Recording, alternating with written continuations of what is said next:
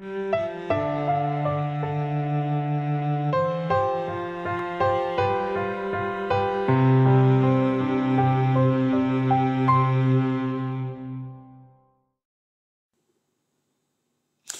this is Ron Sheveland, and we're in the process of doing a study on church revitalization.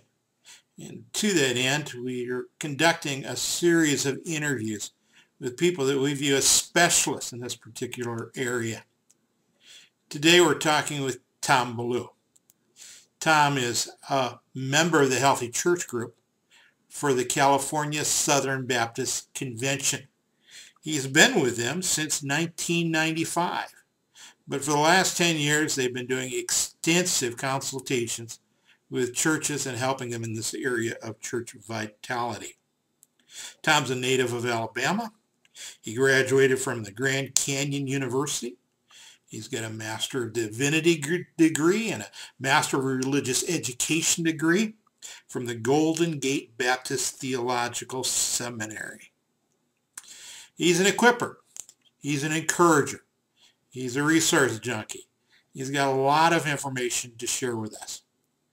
Most of us know that the Southern Baptist Convention is the largest Protestant denomination in the United States, and that's somewhat true of the California Southern Baptist Convention as well.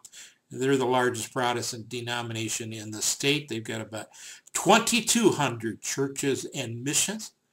And what's exceptional is that they're planning about 100 to 125 churches a year. They, like many other conferences, are concerned about their existing churches, though. They've got about 75 to 85% of their churches that are plateaued or declining, and that's why they're giving significant efforts to try to help churches in the area of revitalization. And he kindly sent back sort of an outline. We're going to be using that as a discussion piece to go forward. The first question is this: Tom, is there a process that you recommend? If so, what are the key steps of that process? And what are the time parameters required to take a church through this process? And Tom emailed me back, and he says that the Healthy Church Group has a number of processes that they're using. They're doing consultations, they're doing coaching, they're having coaching networks, they're doing conferences, and they're doing continuing education. In the area of consultations, they've got 3 levels. The first level is where they just address a specific question over the phone or via email. And they just try to be there. If the church has got questions about this or that, they want to be that very first line where they can try to give immediate advice or at least find the answers for them. Level 2 is where they evaluate a ministry area for a church. For example, say a church even has a problem with church safety. Well, they'll come in and help the church. Oftentimes, they'll give them a 5 to 10 page report, and they try to help give them an improvement plan for whatever area they're being asked about. But then as it relates to us, level 3 is doing a comprehensive consultation where they try to discover 3 to 6 critical issues that they believe will make a significant difference in the church. And they've got a 5-step process, which is listening, assessing, customizing, owning, and implementing. And so with that introduction, now we're going to go to a Skype conversation that I just had a little while ago with Tom. And so we've recorded it, and I hope that you find it helpful. And then level 3 is a comprehensive consultation. That's correct. That's where we go in and we try to look at everything. Initially, we thought this was going to be a quick fix. But in email that you'd already shared with me, one of the things you're looking for is that some of the things you've tried, I believe it's a toolbox you called it, had been received well by some churches, but others had seen it and not done anything with it. Well, that's kind of the way our comprehensive consultations have gone. About a third of our churches that we've done them with take the suggestions and go to work on them, and we see significant improvement. About another third will eventually do some of the items. And we've actually reached the point now in doing this that we believe this is really all about movement. If we can get any movement at all, the church is going to begin to turn the corner. That's great. It's not about necessarily, I mean, it's obviously better if they do more things and do it, but part of it's the attitudinal, spiritual dimension that's going on there. And if they start having positive things happening and getting some things done, the overall attitude in the church begins to shift in a more positive direction. But I'm interested in this. You've got a 5-step process. We do have a 5-step process. Yeah. One of the things that we realized that we were too quick to do was to start telling people what to do. Okay. You hear a little bit of a problem and you start telling them. So our first step is listening. And really that permeates the whole process. We really had to work hard at learning how to be very good listeners, letting them tell us what they think's going on before we start trying to make decisions about it. Our next step is assessing. We've got a variety of tools that we use. We look at demographics. We've used a variety of different surveys. Even have one survey that we've developed ourselves. And so we use the surveys to try to capture what the church thinks about their situation. And many times that's the most powerful thing. If the church believes there's a problem, the most convincing argument is to tell them this is what you said about yourself. They're a lot more likely to act on what they said instead of what I've said. Then there's some ministries like Natural Church Development that basically just survey their key leadership team. But you go in your inventories and you survey everyone in the church? Well, the survey is open to everyone. I don't know that we've ever had every person. We have had churches that 50% of the church body completed the survey. Okay. We also do interviews, a part of this. And we'll interview, depends on the church size, but say the church is running about 100 to 150, we're going to be doing about 8 to 12 interviews. And the interviews serve as a test to make sure something that comes back in the survey has not been skewed by a certain issue. And if we've got what we would say are holes between the two devices, then we need to be asking more questions to find out why this happened. A few years ago, we had a church that scored the highest score we had ever seen on the church health survey. And we saw a number of issues in the church that needed attention, and we couldn't figure out what it might be. And so subsequent conversation with the church revealed that they had about 300 people that had gone on a 3-day retreat, and the Sunday that we were there to do the interviews and survey, they had 10 people in each one of their 3 worship services reporting back from the retreat. And it was like the highest spiritual point the church had ever had. Gotcha. And so we took that survey and that climate. That Sunday was a degree of anomaly. Positive. Okay. Go ahead. I'm just saying that Sunday was a degree of an anomaly. It wasn't quite the norm. That's right. It really wasn't the norm. That is correct. The next step we've got is customizing. This is not a rubber stamp. Once again, you talked about natural church development. To some extent, when you have a very defined process, you're giving people back a stamped product to some extent. But we customize everything we do, from the kinds of surveys we do based on the kinds of needs that we see in the church going in as we're listening. And then the report comes back as a very unique document just about that church. We're in the process now. We've evaluated our reports. We've been doing about a 12 to 15 page report, and we're finding from church leaders that we've got a bunch of background information in there they're not really that interested in. So we're going to be shortening our reports, which will save us a lot of time. We're thinking we're going to get in the 4 to 6 page, just do a little introduction and then quickly get to the issues that we see and suggestions to help them. The next step is owning. We made a mistake when we first started, not recognizing this was a need. When you're consulting, you own what you say, and the trick is to get a handoff. It's much like a relay race. You know, if you're running a relay race and you fail to hand the baton to the next person, nobody's going to win the race as a result of that. And so that's the way this is. We try to make a handoff. We first meet with the pastor and ask the pastor to look over the report, answer questions, those kinds of things. We often make changes in the report because the pastor's not comfortable with what we're saying or won't support something or feels like we've misrepresented something. If the pastor's not behind the report, it's absolutely not going anywhere. Okay. Then we go to leadership team usually next.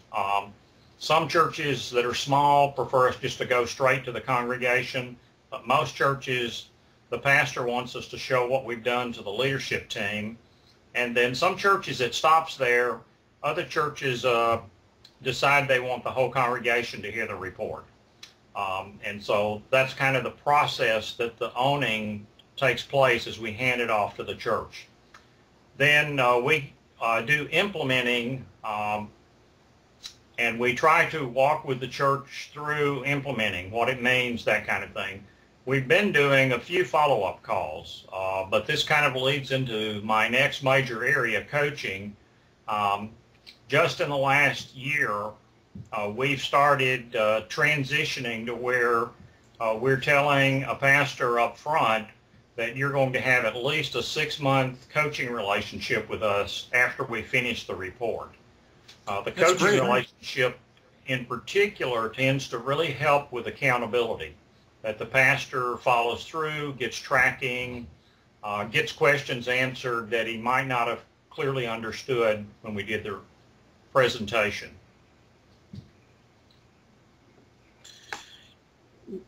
Do you also try to work within the church and having them set up particular task forces that they too get some coaching with? We really have not tried to set up a task force in a church in the consultation process. And so we've done that. And I think you used the word coaching there. So let me tell a little bit more about what we do with coaching. Great. We believe that the document I sent you, I defined coaching. I'm talking about using questions to guide the pastor or maybe a few key church leaders to find their own solutions.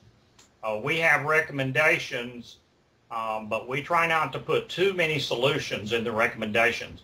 Just like our findings are unique, I believe every church's answers are unique to how God's gifted the church, the capability of the leaders, all of those kinds of things. And so by them working through possibilities and finding their own solution to the circumstance that they're trying to address, they have a lot of ownership in that. So that coaching process is almost the opposite of consultations in that we're not telling anybody what to do. We're trying to use questions to guide them along the way in that process. That's good, Tom. Talk about coaching networks, if you would. Okay. This is a process that we had high hopes for initially. And it has had some success, but it didn't get the traction that we thought it would. The resource that we use with this is Aubrey Malfer's Advanced Strategic Planning. And we had, while Audrey didn't offer a certification, we literally had Audrey in for about 20 hours worth of training, about 60 hours worth of training over several months, and went through his material that he uses with churches. And we came back off of that to set up what we called pastor coaching networks. We would go in and have a group of pastors committed to be in meetings for 6 months, and each month we'd go and present a block of material, and then theoretically the pastor would go back over the next month and work that part of the plan with his congregation. The first thing we discovered about this, though, was many pastors wanted to go all the way through the plan before they would decide if they were going to use it or not. Mm-hmm. So that kind of disconnected the network part of this process. That the idea was you'd have people working together with similar kinds of things, and when you got together, you could talk about that. Typically, we've had 2 or 3 pastors in a group work it right then, and about 2/3 or to 3/4 of the group not be anything but just showing up for the classes that we offer. And so that's part of the reason that it's had a limited success, I think. We still get calls for this from, it works well, Southern Baptists are grouped by associations, which are kind of geographic areas. It works well in an association that you can go in and pastors that already have relationships with other pastors can all participate in this. We're going to continue to use it as we get requests for it, because it's at least another way to put information out there about being more strategic about your ministry, and that seems to be a real issue with most of our churches today. Let me ask a side question. You're using Aubrey Malfer's book, Advanced Strategic Planning. Of course, he's the guru when it comes to strategic planning. He's got so many tools out, and their books are great. Have you found that the process that he offers really does work in most churches? Absolutely. When a church buys into it, they really find it helpful. And it frames a lot of our consultations that we do. We spent so much time with him that we think the way he did about approaching issues in a church. But the systems that he uses, is that primarily the model that you use? Well, I would say that no, he doesn't shape around listening, assessing, customizing, owning, and implementing like we do. But when it comes to the components that he has in advanced strategic planning, and I might add at that point, that's the 2nd edition. The 1st edition of that book did not have near as much resource as the 2nd edition does. Okay. But let me share with you some things that we use out of that resource that have been extremely good.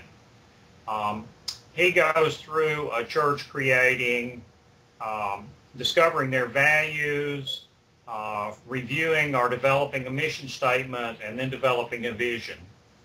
We've discovered that maybe 1/3 to 50% of our churches need that help. And we almost exclusively use Aubrey Malfer's process for that.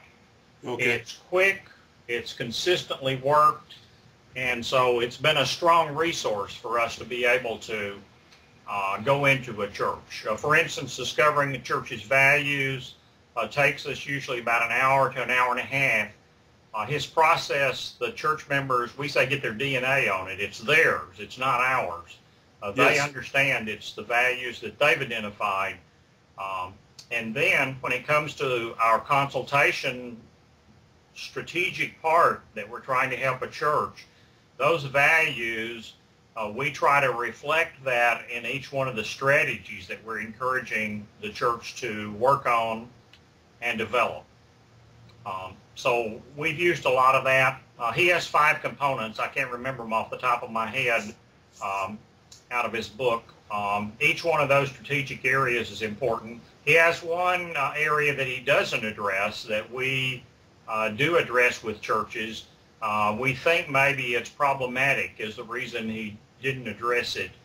And that's the area of worship and worship styles and all of that.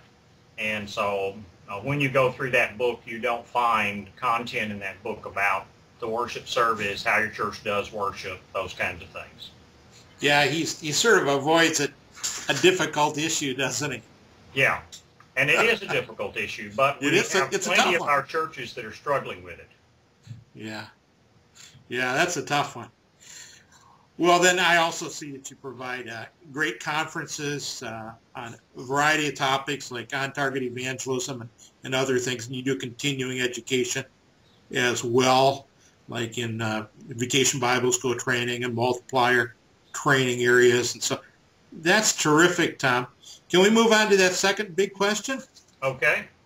All right, we're dealing with this area of the process. So are there components in the process that helps evaluate and then develop the pastors that are involved? You've already given some illustrations, so I know the answer is yes. So go a little further with that. How do you do that? Okay. When we're doing a consultation, if the church is having issues with the pastor or other key leaders, that consistently shows up in surveys and interviews. And so if we see that, we begin to try to identify what might help there. A tool that the North American Mission Board has available that we've used is called a 3-in-1 profile. And the 3-in-1 profile looks at the spiritual gifts and does a disc profile and then mixes those two to come up with a blend of what kind of a leader we have. And that helps us to get into meaningful conversations with a leader about, I would call them blind spots that a leader has that he needs to pay attention to, those kinds of things that are probably hurting him. He may not be good at them, but he can't ignore them. He has to learn to work with them. And then sometimes that leads to certain skill development things that we'll put in our recommendations. We've done things for a pastor recommending that he attend a certain conference on having what I would call difficult conversations with church members. We've had things that a pastor would need to learn how to do small groups better in his church, different kinds of things like that we've surfaced as needs that we think the pastor's not on top of. Probably the pastor's leadership training and skill is the largest single area.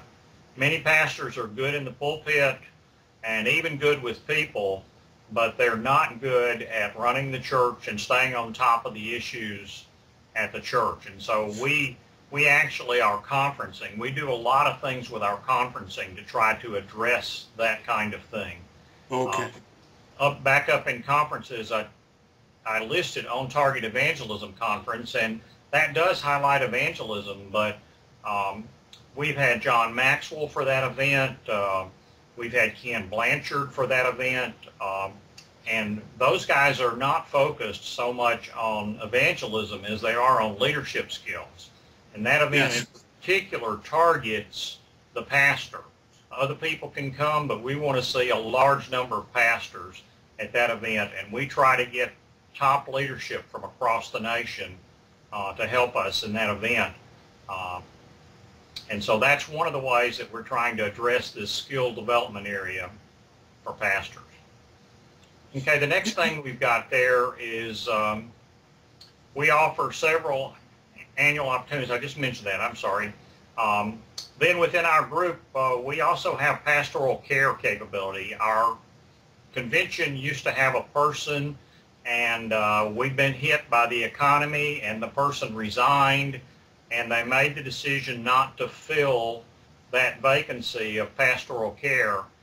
But our group had some skills in that area, and we had a network of people that are across the state that we were able to access. And so between the two of those, we still respond to that might be having emotional issues or marital issues. We can refer for counseling, or we might send them to a conference that's specifically designed to help the pastor recover. Or we have a couple of retreat centers that we often send them to where the pastor could go to the retreat center with his wife and just spend some time to unwind and relax. and yet the retreat center has a counselor available if they want to utilize that. And so we deal with a lot of different situations like that, and we have a pretty good sized budget set aside to be able to afford to a certain extent with that.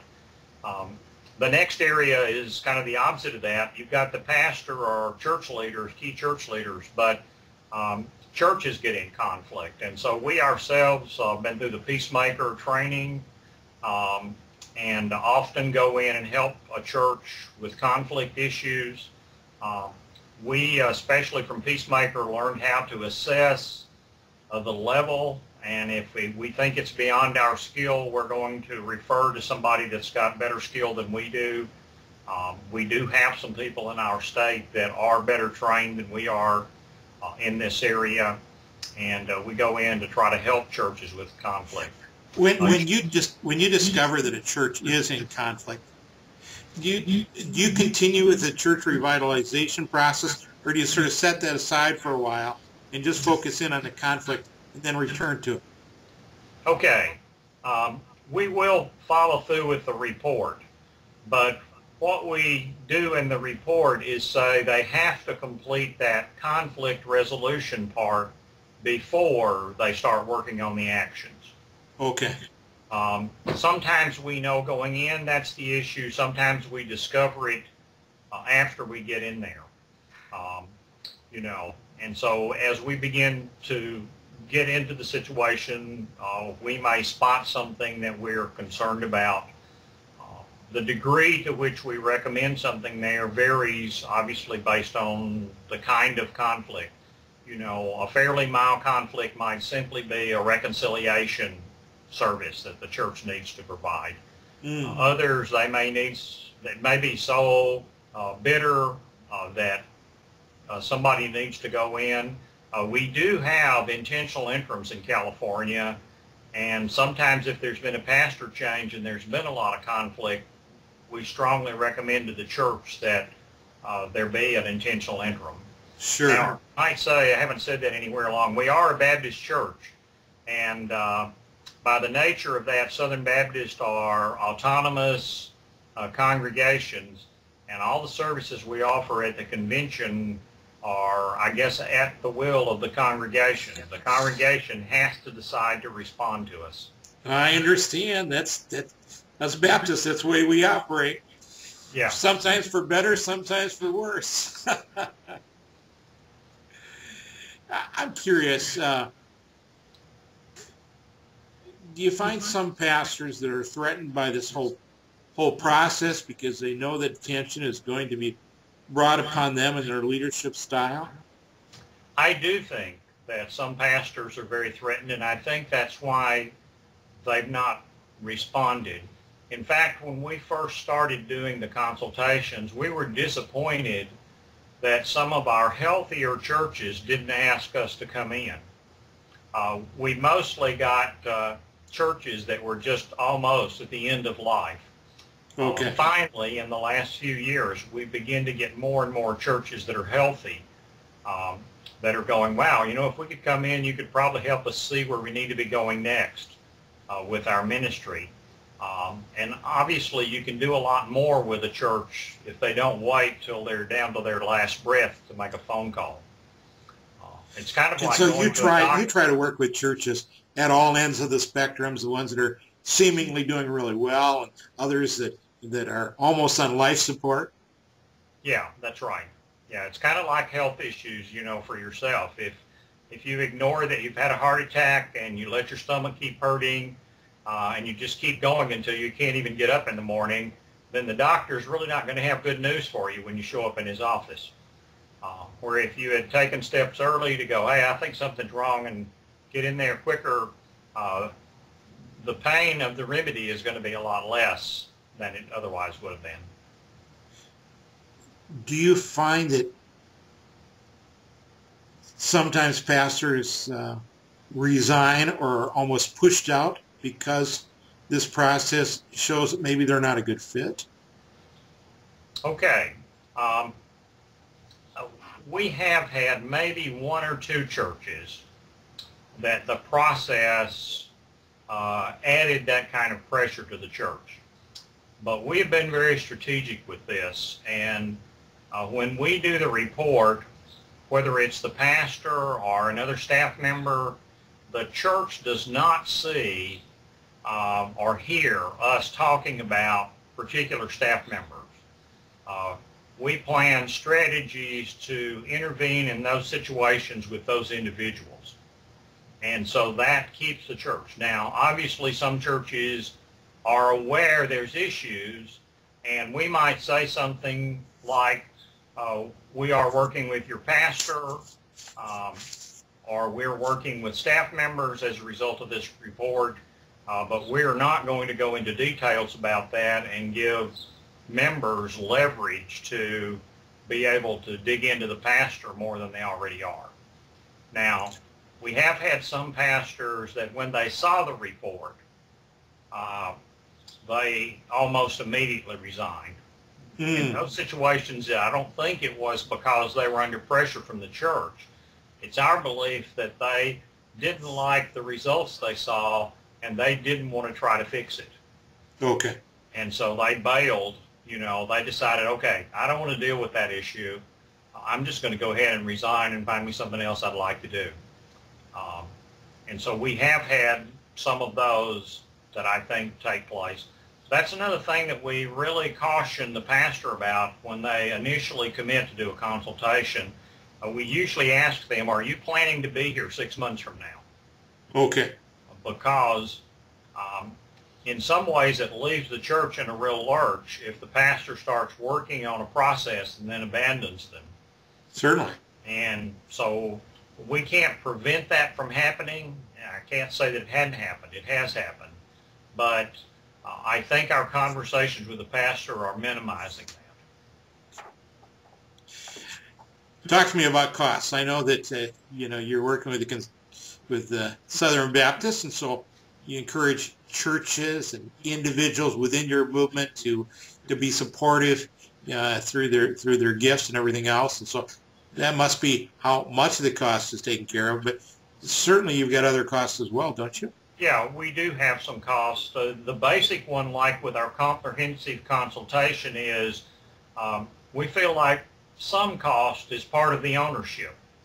That if they pay something for it, then they're a lot more likely to get something out of it than if you just give everything to them. So we've passed along the cost of the survey. We have negotiated in some situations lower costs for the surveys.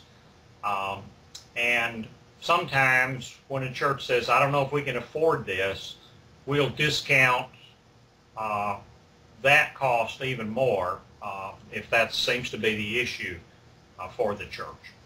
We also do conferences and continued education things that cost money. Okay. And mostly we're not trying to recoup everything that we have, but we are trying to help offset our cost and stretch our money by requiring some registration fees at these events. That's terrific, Tom. Again, the cost of the comprehensive consultation is the $200 survey. And again, that survey, that's something that you've created or you're using from some other ministry? That's correct. We are using, it's now called the Lawless Group Survey, which is the Church Health Survey. And he's in Richmond, Virginia now. Okay. It's part of the Society of Church Consulting is part of that organization. And then we've used Leadership Transformations, Stephen Macchia out of Massachusetts. I think maybe it's the Boston area. And we've used his survey. The Lawless Group Survey uses the 5 purposes of the church plus prayer. Macchia's survey uses 10 principles of a healthy church that he's identified. Yes, he's written a book on that subject, so it's based on those 10 areas that That's right. His survey assesses those 10 areas. Now, how this has played itself out is the Lawless Group survey tends to be very traditional Baptist. Okay.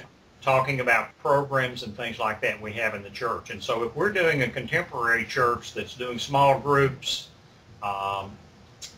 doesn't have a lot of activities going on during the week at the church campus, we're going to use Machia's survey because it doesn't get into any of those kinds of programmatic things when we utilize that survey. We've also, if we do a really small church, and cost is an issue, we have another survey that we developed ourselves. And the issue with the survey is we have to compile it ourselves and pull together the solutions. But it does completely take away the cost for a church if that's an issue. Okay. Now, in all these cases, you are the facilitators? We are the consultants at the primary level. We have been in the process of training additional consultants, and so we have those. We are expanding into ethnic groups because we're such a diverse convention. I didn't mention that a while ago, but about 65% of our convention are other cultures, not necessarily languages, but other cultures. That's terrific. And so that creates a lot of diversity. Even then, many of what we would consider Anglo or white congregations really aren't anymore. They're multi-ethnic as well. Mm-hmm. And so all of those factors filter into this. But we've been working with our associations to train people and our language fellowship groups to train people. Our consulting process we've had people from out of state. About 8 or 9 Southern Baptist conventions have sent people to training that we've done. And so we've expanded it that way as well.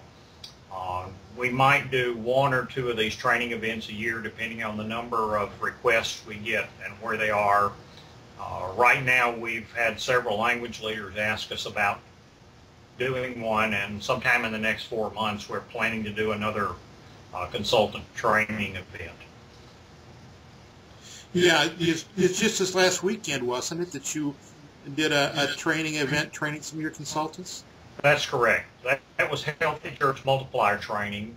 At that event, consultants get what we call an update, but the remainder of that event focuses more on what we would call the program ministry areas for churches. And we train, once again, language fellowship group leaders to go in and help, using Sunday school as an example. We train leaders to go in and work with the Sunday school and their language group. These people would be equipped to do training resources that Lifeway or the North American Mission Board, or in some cases other organizations, have available. This year we had a leader from Kentucky come in and do a new resource called Velcro Church. And it's about the assimilation process and sticking members to your church. Oh, okay. Yeah. Did that go well for you? I think it did. His resource really is targeting smaller congregations, and so many times organizations don't think differently for small organizations. Okay. I suspect you're like we are. Your convention is that the bulk of your churches are actually small churches, not large churches. Well, I think that's probably true. And the result of that is this resource was designed for churches that are running 150 or less. And it's a collaborative process, and the leaders we trained would be able to go in and work with the church in several meetings to lead them through, their church members through this process, so that the consultant doesn't own this process. The church develops their own process, but it's guided by the trainer. And I'm curious, who was the instructor in this particular course on assimilation? Mike James is the instructor, and he's also one of the two authors. Ken Hemphill is the other author of the book. And what's the name of the book again? The name of the book is Velcro Church. All right. Hold on, I've got a copy. I can hold it up for you. Oh, okay.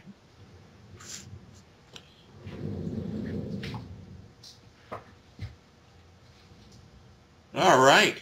Good. Let's give those guys an advertisement. Okay. I think Larry Osborne and others have written on the subject, the Sticky Church and some of those things, but this is a good one, especially for small churches. Yeah, this is really, we think, a helpful process, and it looks at all the different kinds of things that a church might need to think about when they're thinking about assimilating members. I would say in our consultations, maybe half of the churches did something with new members, but after they got past new member orientation, those churches had no plan. And so the church has to have a whole lot more in place. And most churches don't realize how important relationship building is. And that may not be that much of a spiritual thing, but a church has got to be very intentional about relationship building. That's great. My next question is almost related. Maybe you've already answered it, but could we train our leaders to become facilitators? I believe we're open to that in this consultation area. We've gone outside ourselves for coaching to be able to get help there. We've never restricted people from conferences or from our continuing education events that we do. They're always open to anybody if somebody wants to participate. People can get to those event things on our website, www.csbc.com, and you can find a list there. The only one that's not listed there is one you mentioned a while ago, Healthy Church Multiplier Training. That event, because it focuses on trainers, is an invitation only. But if somebody wanted to get an invitation to that, they just need to contact me, and I'd be happy to see if we could get them in. Well, that's incredibly generous. Thank you. Appreciate it. All right.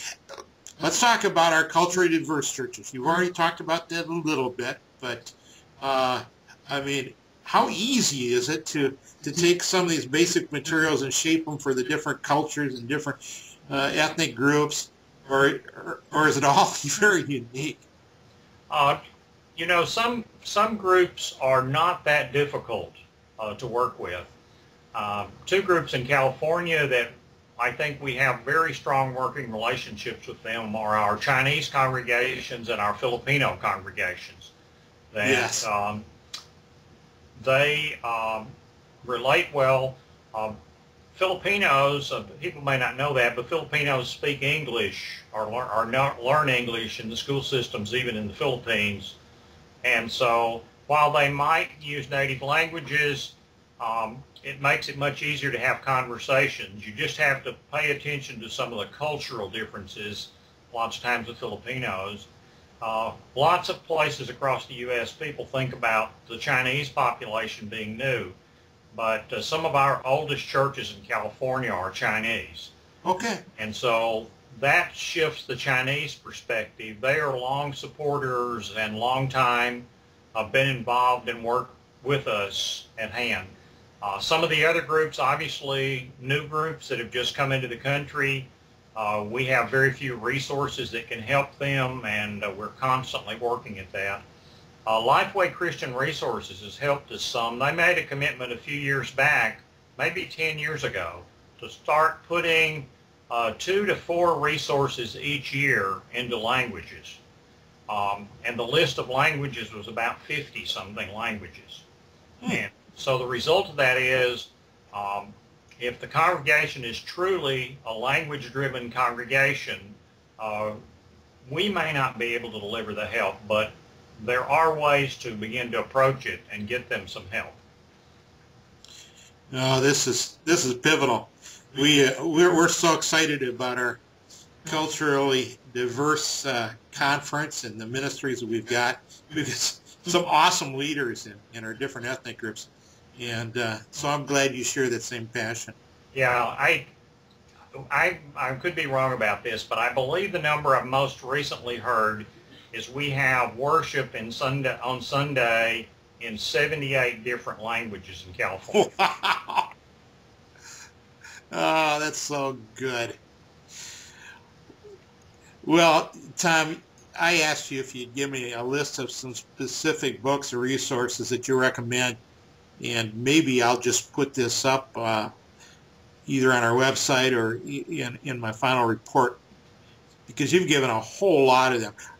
Can you look through that list, though, and just point some out that you really like or perhaps aren't very well known? That's what I thought we ought to do.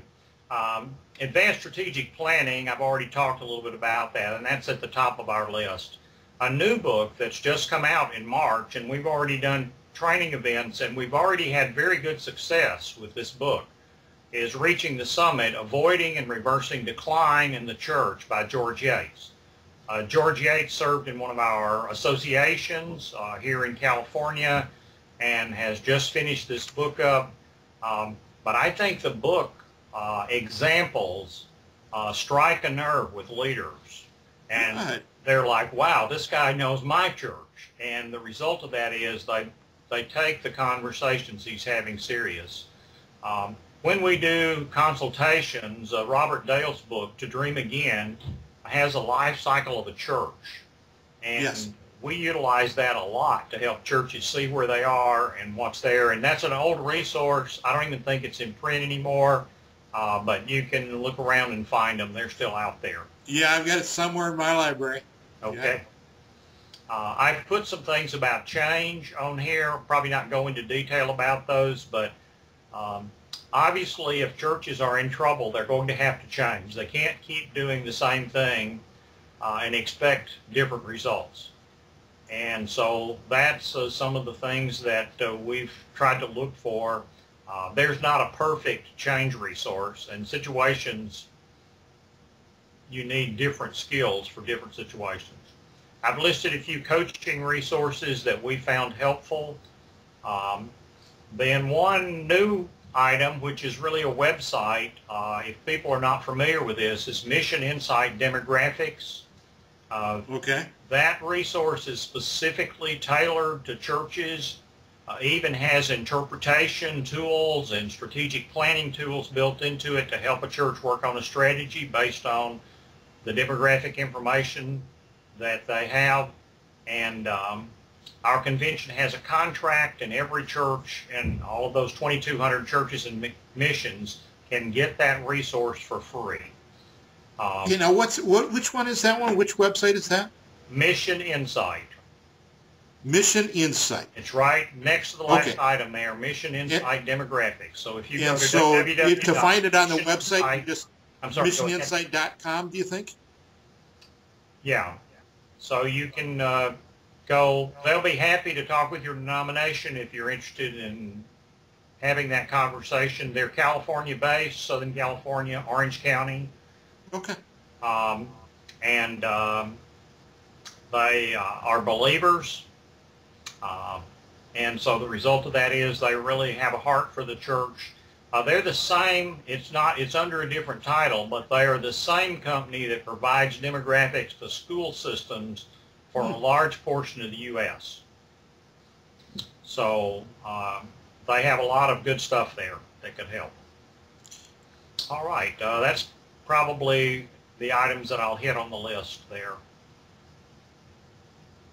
All right.